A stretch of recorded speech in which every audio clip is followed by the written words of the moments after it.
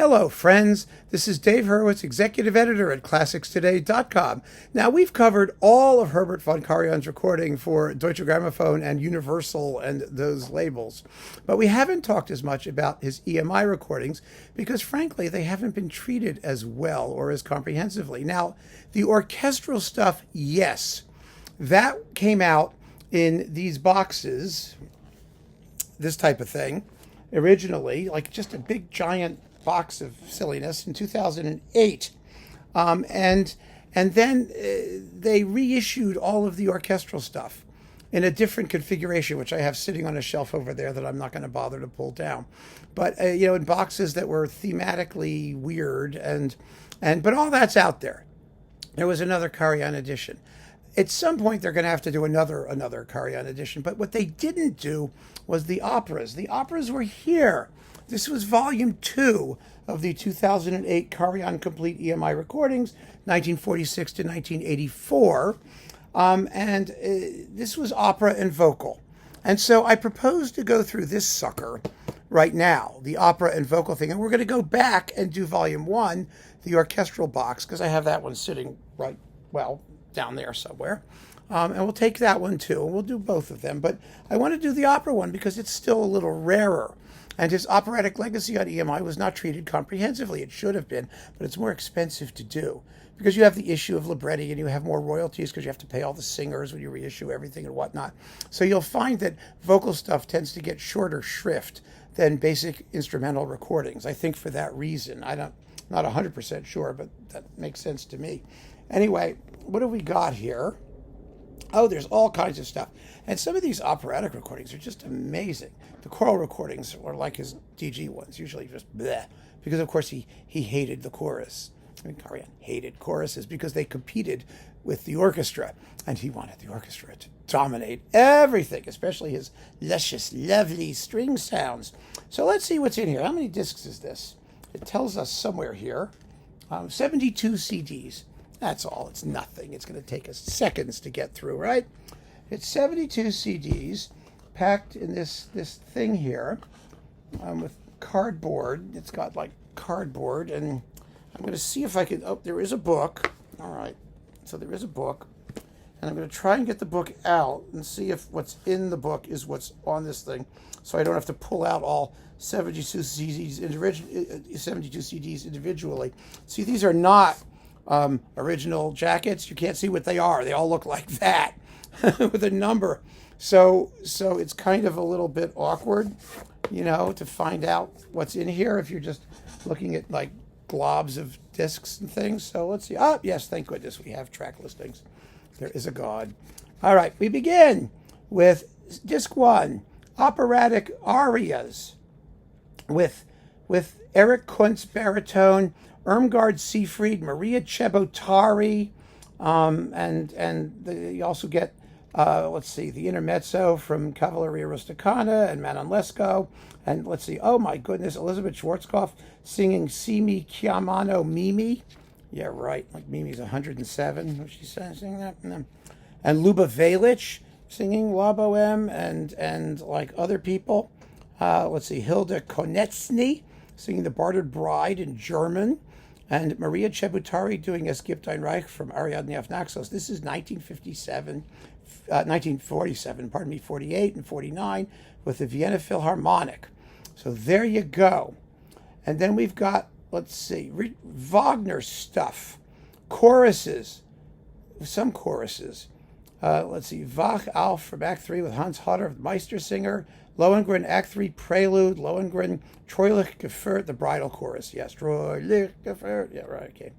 The Summen Brum from the Fliegende Holländer thing, and the Sailors Chorus, and it's Wagner bits with choruses, with the core of the Wiener Staatsoper and some other soloists. And then we've got Strauss stuff doing the same things, with Luba Valic doing some Salome things, Salome excerpts. That's fun. And this is also from 49, 48, 47. Then we have his first famous opera recording, Die Zauberflöte. Die Zauberflöte. Oh, I dislike this opera, but that's okay. Recorded in 1950 in Vienna with Anton Dermota, Irmgard Seefried, Erich Kunz, Vilma Lipp, Ludwig Weber, George London, Sena Urinach. Oh my goodness, all these famous people. Emmy Luce is in it. It's just amazing. I love this guy here, Lubomir Panchev. He sings The Second Armed Man. And some people swear by this recording. They love it. They just love it to death. Since I'm not a big Magic Flute fan, I don't particularly care. But it's, it has its followers. Then we've got, let's see, The Marriage of Figaro with Vienna Phil from 1950. Same crowd. Erich Kunz, Irmgard Seefried, George London, Elizabeth Schwarzkopf, Sena Urinach. It's a wonderful cast. Absolutely wonderful cast. The secco recitatives are omitted in this recording. It's not a bad thing, is it? Then we've got Salome. This is actually, Karajan's early Mozart had some amazing singing. And the performances are lively and very intimate. And, they were ensemble casts, so they're worth hearing for sure. Salome with Hildegard Behrens and Agnes Bolza and Joseph Van Dam. Oh, it's wonderful. Karl Walter Böhm is Herod. It's just terrific. It's with the Vienna Phil, 1978. It was a little cloudy sonically, but still very powerful. And oh my goodness, they all sing and scream and carry on like crazy. It's sick and decadent and repulsive, and I love every minute of it. And then we've got his Aida with Mirella Freni and Jose Carreras and Agnes Balza and Piero Cappuccilli and Ruggero Raimondi and Jose Van Dam. Fabulous cast. A priestess is Katia Ricciarelli, who later did Aida herself. Not well at all. One of the most amazing things about these late Karajan recordings, the Verdis, is he seemed to really be able to put some juice into most of them. It's a really hot Aida. It's a very good Aida. And Mirella Freni really rose to the occasion. She didn't let Karajan destroy her voice. She was a real Kunstdiva. She knew how to sing, and as her voice became a little thicker and more, spinto, or whatever you want to call it, she really managed to take on these roles, even though you would have thought originally that the voice was too small. But she survived Karajan. That's saying a lot. It really is. So that's exciting.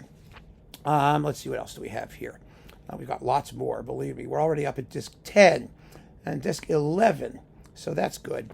Disc 12, the Bach B minor Mass with Elizabeth Schwarzkopf, Marga Höfgen, Nikolai Gedda, Heinz Refus. A very good cast of Philharmonia and the Orchestra and Singverein of the Gesellschaft der Musikfreunde from 1953 in the choruses. It's a different orchestra in the choruses than in the arias. And it's just awful. Well, it's awful. It's Karajan and Bach. It's just, they never should have gotten together. It's really a mistake. B minor Mass duets and arias with Schwarzkopf and Kathleen Ferrier with the Wiener Symphonica from 1950. Well, it's only Christe Eleison, the Laudamus Te, and Et in Unum Dominum. That's all it is. I'm sure Kathleen Ferrier Completus will be drooling over it. I'm not drooling. I don't drool. Brahms, German Requiem, Schwarzkopf, Hans Hodder, Vienna Phil, 1947. Some people swear by this. They think it's fabulous. I can't stand any of Karajan's sacred music recordings. They're all triacly and sanctimonious and just yuck. And this is one of the Missa Solemnis with Schwarzkopf, Christa Ludwig, Gedda, Zakaria, Philharmonia, 1958. Not bad. It's not bad. All things considered. And it's with Walter Legg, and he, had a very good chorus, and he made sure that you could hear them. So but is it great? No. A Perfido and a couple Fidelio arias with Elizabeth Schwarzkopf with the Philharmonia in 54. It's Schwarzkopf for Schwarzkopf fans. Ave Verum Corpus with the Singverein der Gesellschaft der Musikfreunde in Wien in the Philharmonia in 1955. 3 minutes and 56 seconds of unkillable Mozart. Strauss' Four Last Songs with Schwarzkopf at the Philharmonia. Well, she was a great Strauss singer, and this is, and she did great Four Last Songs always, and Karajan conducted great Four Last Songs too. Beautiful stuff. Hansel and Gretel. So this is with the Philharmonia, and let's see, who's singing Hansel with Elizabeth Grumer, and Elizabeth Schwarzkopf is Gretel. Could you believe Elizabeth Schwarzkopf is Gretel? She doesn't sound like Gretel's grandmother. I'll give her credit. She tries. And it's a wonderful performance. It's yummy and it's lovely orchestrally. So that's fine. And then we have, the famous Così fan tutti from 1954. This is with Schwarzkopf, Merriman, Panerai, and Simino, Lisa Otto, and Sesto Brusciantini. Now, this Così is incredibly intimate. It's just chamber-like. They're like whispering at each other half the time. It's a beautiful performance, a wonderful ensemble performance. It's cut slightly, and that's fine. I don't care. And it's really one of Karajan's great early Mozart recordings, no question about it. But it was done about the same time as that EMI Boom recording too, which is also marvelous. We've never been short of great Cosìs. And then we've got some overtures and other goodies. Let's see, we've got Offenbach, the Orpheus in the Underworld Overture on CD 22 already. See, we're cruising along. The Tales of Hoffmann, the Barcarolle, Gounod's Faust, Vous qui faites l'endormi with Boris Christoph, and Ponchielli's Dance of the Hours, and the Manelisco Intermezzo, and, opera intermezzos and preludes and things like that. This is with Boris Christoph where they need him, and it's with the Philharmonia, and he later remade that opera intermezzo disc twice, once on EMI in stereo and once on DG.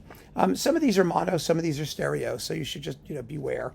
Fledermaus, let's see, 1999, 1955 recording with Schwarzkopf, Streich, Gedda, Krebs, Kunz, people like that. It's very Fledermausy. I have never particularly taken this performance for some reason. It's just never charmed me, but it may charm you. I mean, who am I to say? Ariadne auf Naxos. Oh, this is glorious. This is with Schwarzkopf, Streich, Irmgard Seefried, Rudolf Schock, Alfred Neugebauer, Karl Dünsch, Gerhard Unger, Hugh Queneau as the dancing master. It's really, really fine. This is in mono, as I recall correctly, if I recall correctly. And it's quite something. It really is quite something. There was also that great Kempa recording in stereo that came shortly afterwards. But, there were not that many Ariadnes. And when this came out, it was like a hallmark. It really was the work. It was beautiful. And it still sounds great. Rosenkavalier with Schwarzkopf, Edelman, Ludwig, Vector, Stich, Randall, Luba Velich as Marianne. Kirsten Meyer and Nikolai Gedda as the singer, the Italian singer, with the Philharmonia, 1956, a classic Rosenkavalier with a classic Rosenkavalier cast. Karajan was a great opera conductor, and even more than in the orchestral stuff, this opera stuff is important. And you really do wish that Warner would get their act together and do a Karajan opera box, a revised Karajan opera box, because this is totally out of print, hugely, totally, completely out of print, gone out of print. Verdi, Falstaff, another famous recording with Gobi, Alva, Panerai, Spataro, the Ercolani, Zaccaria, Schwarzkopf, Anna Moffo, Nan Merriman, Fedora Barbieri, a classic Falstaff with the Philharmonia again. Now Karajan remade Falstaff in stereo, and he did it on Philips, but later it's Decca and DG. I mean, it doesn't matter anymore. But in those days, it was very unusual to see him do something on Philips. This first one was enormously better, absolutely better. Fidelio, Helga Dernisch, John Vickers, Carl Ritterbusch, Jose Van Dam, Helen Donath. The problem is Dernisch. Dernisch is a good singer. She sometimes rises to tremendous heights, sometimes she doesn't. And as Leonora, she ain't special. I'm sorry. It's with the Berlin Phil. Vickers, of course, is great. That was one of his seminal roles. It's worth having for him. Karajan's conducting is good, but his Beethoven is always too smooth for me. It just is. It needs more roughness, more urgency, more eruptiveness. And Karajan was not an eruptive conductor. He just wasn't. He didn't erupt. Then we have another Mrs. Solemnis. This with Gundel Janowitz, Agnes Balza, Peter Schreier, Jose Van Dam, Berlin Phil, the Singverein der Gesellschaft der Musikfreunde in Wien. And like all of Karajan's sacred music, it just strikes me as sticky and insincere. Is it bad? No. Is it powerful and moving? No, not really. And here's the stereo German Requiem. Same comments as the last one. Pelias and Melisande. Oh, this is great. This is great. Stilwell, von Stade, Van Dam, Van Stade, Van Dam, and Ruggiero Raimondi, and Nadine Denise, and Christian Barbeau, and Pascal Thomas with the Berlin Phil. This is echt Karajan. Some people say it's too Wagnerian. Bullshit. It's just great. Karajan was a chord guy. Debussy is a chord guy. It's gorgeous. And the singers are great. And it's an opera that never gets in the way of the voices. And so Karajan can't do anything to sort of drown them out, except maybe at the end of that, the love scene between Pelias and Melisande just before he gets killed, where the climaxes are just overwhelming. They're just crushing when they should be. I mean, Karajan gets it. He really gets it. It's terrific. Then we've got Haydn's The Seasons. Oh, wasn't this weird? Karajan did a great creation, the one with Fritz Wunderlich on DG, the first one. He did another one later. It was not as good. And this performs to the Seasons with Gundula Janowitz and Werner Holweg and Walter Berry and the Berlin Phil. I always wondered why, from 1972. I mean, it just sounds off. It's not terrible, again. Everybody does what they're supposed to do, more or less. But boy, this doesn't sound like Karajan is in his element. I think he liked the work. I may be wrong. I mean, he certainly liked the creation. I think he felt the piece, and it's more of a secular piece, so it's not like there's room for him to do his Triocles stuff, and he doesn't. But it just doesn't have the, it's rural pastoral music, and it needs more, like I said often with Karajan, it just needs more edge. I mean, that's more edge, more manure, let's say. And let's see, Don Carlo. Okay, Don Carlo. We're already up to disc 41. We're cruising through here. We haven't gotten to Wagner yet. That's going to fill up the rest. We've got José Carreras, Mirella Freni, Agnes Balza, Nikolai Gyarov, Piero Capuccilli, Rogero Raimondi, José Van Damme, Edita Gruberova, and others. Barbara Hendricks is a voice from heaven, and she is indeed. Now, this is a wonderful Don Carlo. It really is. It's full of red-blooded Italianate passion. It's the 4-act version, which is fine. I don't have any problem with that. And it's amazingly good. It really is. It's that simple. It's powerfully recorded. It's just terrific. Otello. Domingo, Freni, Glossop, and other people. José Van Damme is here, and Aldo Botillon, and other people like that. This is with the Berlin Phil. I don't think Karajan ever quite got Otello. Remember his video? That weird video where there's water on the camera lens in the opening scene? I mean, it's just not, I don't know. It doesn't catch fire. It just doesn't catch fire. Especially in the last act, Domingo is the Otello, and he was in younger voice here than he was in some other performance. This was 1973, but Domingo is much better for Levine, I think. Mirella Freni's quite good, but it's not a great Otello. It just isn't. Then we've got this weird Il Trovatore with Leontine Price, Piero Capuccilli, Elena Abrazova, and Franco Bonisoli, and Rogero Raimondi, and some others like that. This is strange. I mean, Leontine Price's Il Trovatore, I mean, she did it 3 times, right? There's that first one that she did, that's on RCA. I think was that the first one? Yeah, that was the earlier one, and with like, who's conducting it? You'll tell me. It's like some Italian guy from the dawn of time. And then she remade it. A glorious Il Trovatore with Zubin Mehta conducting. It was like his first opera recording. With Domingo, it was like his first opera recording, and Price, and it was phenomenal. And that's the one to get. She's good in this. She is, and Bonisoli's amazingly good. But the conducting is just, boy, is this not a Karajan opera, because it needs to be edgy and raw and rhythmic, and that's just, I mean, there's nothing for the violins to do aside from double the voice once in a while.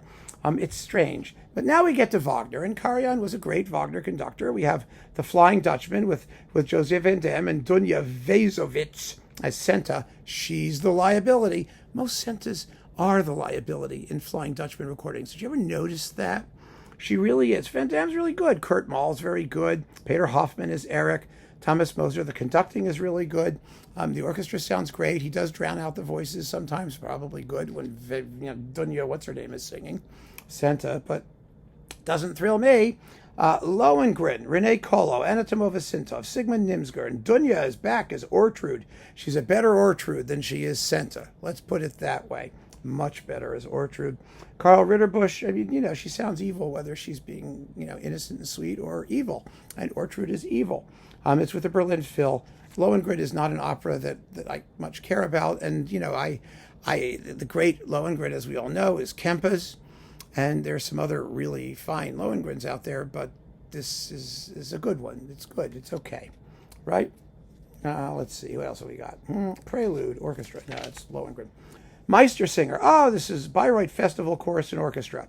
This is from 1951. This is one of the great Meistersingers. It really is. It's with Otto Edelmann, Werner Dahlberg, Erich Maikut, Hans Berg, Erich Kunz, Heinrich Funzel. Let's see, was anything else we care about? Hans Hopf, Gerhard Oger, Elizabeth Schwarzkopf is Ava, Ira Milaniuk. I mean, the singers are all in good shape. It sounds a little because it's 51, but he redid it with the Staatskapelle Dresden. That's another great Meistersinger. This is a good opera for Karajan because it's all about the beautiful contrapuntal interweaving and beautiful sound of the orchestra. And if he had singers who could float on top of the orchestra, he was really happy. And this is Theo Adam, Karl Ritterbusch, Eberhard Buchner, Geraint Evans, and Renee Colo, Peter Schreier, Helen Donat. It was a very good Ava, by the way. Kurt Mahl. I mean, some really fine singers. And the Staatskapelle Dresden, which he could not Karajanise. They are themselves, just as he couldn't Karajanise the Vienna Philharmonic. He had to make do and cooperate. And the result is often wonderful because he's doing his own thing, they're doing their thing, they're all getting along, and it's terrific. So it's a great Meistersinger. Then we've got Tristan. Oh dear. John Vickers, Helga Dernisch, Christa Ludwig is Brangana. She's always great. John Vickers is always great. Helga Dernisch, no, she's not a terrible Isolde, but she's by no means Birgit Nielsen or one of those types, or Kirsten Flagstad. Walter Berry is Kurvenal. Karl Ritterbusch is King Mark. And Bernd Weichel is Merlot, or Melot, or whatever they call him. The conducting is beautiful. The playing is gorgeous. The Liebestod sounds better without Isolde. I mean, Dernisch doesn't disgrace herself. She really doesn't, but she just doesn't have the voice, the amplitude, the stamina, and it's a shame. It's a shame, but that's okay. It's the way it goes.